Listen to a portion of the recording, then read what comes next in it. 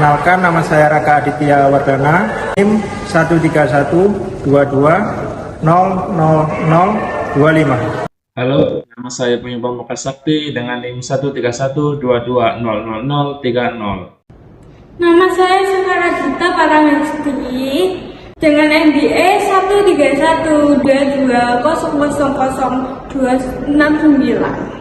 Halo, nama saya Eki Febri Wardani dari kelas R dan NIM saya 13122000050.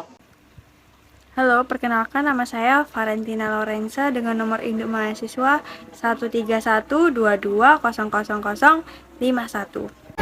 Halo, Assalamualaikum warahmatullahi wabarakatuh. Perkenalkan, nama saya Putri Aprilia Nur Cahyani dengan NIM 13122000102. Hans Kelsen merupakan seorang filsuf hukum Austria, Amerika, guru ahli hukum, serta penulis hukum internasional. Hans Kelsen terkenal akan teori hukum murninya hingga saat ini dan terus berkontribusi dalam perkembangan ilmu hukum. Jika dilihat karya-karya yang dibuat oleh Hans Kelsen, salah satunya yaitu General Theory of Law and States. Pemikiran Hans Kelsen yang dikemukakan meliputi 3 masalah, yaitu teori hukum, negara dan hukum internasional. Ketiga, masalah tersebut sesungguhnya tidak dapat dipisahkan satu dengan yang lainnya karena saling terkait dan dikembangkan secara konsisten berdasarkan logika hukum secara formil. Teori umum tentang hukum yang dikembangkan oleh Hans Kelsen meliputi 2 aspek penting, yaitu aspek statis yang meliputi perbuatan yang diatur oleh hukum, dan aspek dinamis yang melihat hukum yang mengatur perbuatan tertentu. Sebagai sudut pandang statis, bahwa setiap hukum adalah suatu norma yang membebankan kewajiban dengan menentukan suatu sanksi. Sedangkan versi dinamis kurang jelas, yang hanya berarti bahwa norma dapat berisi pemberian kekuasaan legislatif sebagaimana norma yang membebankan kewajiban dengan menentukan sanksi. Dalam buku Hans Kelsen ada beberapa karakteristik hukum seperti hukum adalah perintah. Dalam buku ini dibahas mengenai perbedaan hukum dan perintah. Tidak selamanya perintah dapat dinyatakan sebagai norma. Hal ini dikarenakan perintah sebagai norma harusnya perintah yang memiliki norma mengikat bagi subjek yang diberikan perintah tersebut. Dan juga Hans Kelsen menyatakan bahwa ada sanksi tidak menjamin suatu norma hukum akan selalu dipatuhi karena sanksi tersebut mendorong suatu paksaan bagi orang untuk mematuhinya. Validitas atau sahnya suatu norma.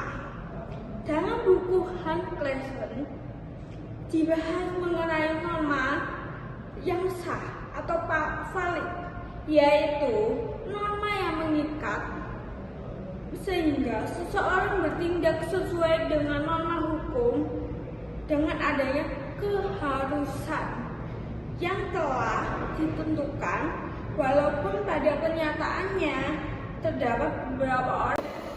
Efficacy of norms. Efikasi atau suatu kemanjuran norma, artinya norma tersebut menjadikan seseorang bertindak sesuai dengan norma hukum dengan adanya suatu rasa keharusan untuk dipatuhi. Dapat saya simpulkan lebih kepada output dari norma yang dibentuk. Karena pada akhirnya norma tersebut membentuk keadaan yang diinginkan oleh norma tersebut. Kesatuan tatanan normatif yang berarti semua norma yang keabsahannya bisa ditelusuri kembali kepada norma dasar. Yang satu itu merupakan sebuah sistem norma atau sebuah tatanan norma. Norma dasar merupakan sumber utama keabsahan dari semua norma yang berasal dari tatanan yang sama. Yang kedua, hukum sebagai sistem norma yang dinamis, yang mana keabsahannya hanya dapat didasarkan pada sebuah norma yang diandaikan dengan menetapkan bahwa seorang harus berperilaku sesuai dengan perintah dan pencipta norma. Dasar norma tatanan hukum. Norma dasar dari tatanan hukum harus diciptakan dengan proses khusus dan bukanlah norma material yang isinya dianggap terbukti dengan sendirinya. Kita sebagai individu harusnya berperilaku sebagaimana yang ditetapkan oleh konstitusi. Selanjutnya kita akan membahas tentang konsep dinamis. Konsep dinamis ini berbeda dengan konsep dinamis yang didefinisikan sebagai perintah yang memaksa. Namun, konsep dinamis ini hanya kelihatannya saja seperti konsep hukum. Di dalamnya tidak mengandung jawaban apa esensi hukum, apa kriteria di mana hukum dapat dipisahkan dari norma sosial lainnya. Hans Kelsen menjelaskan tentang tingkat-tingkat dalam tata hukum. Yang pertama adalah konstitusi. Yang kedua, norma umum dibuat berdasarkan konstitusi, yaitu undang-undang dan kebiasaan. Yang ketiga, hukum substansi dan juga adjektif. Yang keempat, penentuan organ pelaksanaan hukum oleh norma umum. Yang kelima, ada peraturan. Dan keenam, ada sumber hukum. 7, perbuatan dan pelaksanaan hukum. Dan yang terakhir adalah norma individu yang dibuat berdasarkan norma umum. Halo semuanya, Assalamualaikum warahmatullahi wabarakatuh. Perkenalkan, nama saya Putri Aprilia Nurcahyani dengan NIM 13122000102. Di sini saya bersama dengan teman saya. Sebelum saya memulai, izinkan teman saya untuk memperkenalkan diri. Perkenalkan, nama saya Muhammad Akbar Afan Fasalsyah, saya dari Fakultas Hukum angkatan 2019. Baik, di sini saya akan memberikan sedikit pertanyaan. Yang pertama, apa sih menurut Kak Akbar lembaga negara itu? Lembaga negara itu badan-badan pemerintah yang dibuat oleh pemerintah karena membuat peraturan-peraturan dan menertibkan masyarakat. Oke. Apakah Kak Akbar sendiri termasuk dalam lembaga negara? Ya. Oke, ini pertanyaan selanjutnya ya Kak Akbar. Apa sih menurut Kak Akbar fungsi lembaga negara itu? Fungsi lembaga negara itu sendiri itu untuk membangun negara dan mengatur kehidupan yang ada di masyarakat. Lembaga negara itu di dalamnya itu ada legislatif, eksekutif, yudikatif, dan di dalam perannya itu memiliki fungsi masing-masing. Oke.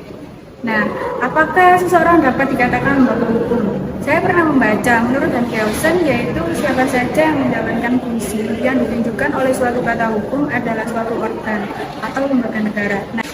Nah, bagaimana pendapat Kak Akbar? Kalau menurut saya sih, saya setuju karena lembaga negara sendiri itu dibentuk oleh pemerintah. Lembaga negara itu memiliki demokrasi dari rakyat untuk rakyat.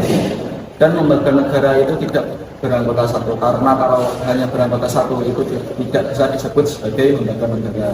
Lembaga negara itu perwakilan dari rakyat dan untuk rakyat. Oke.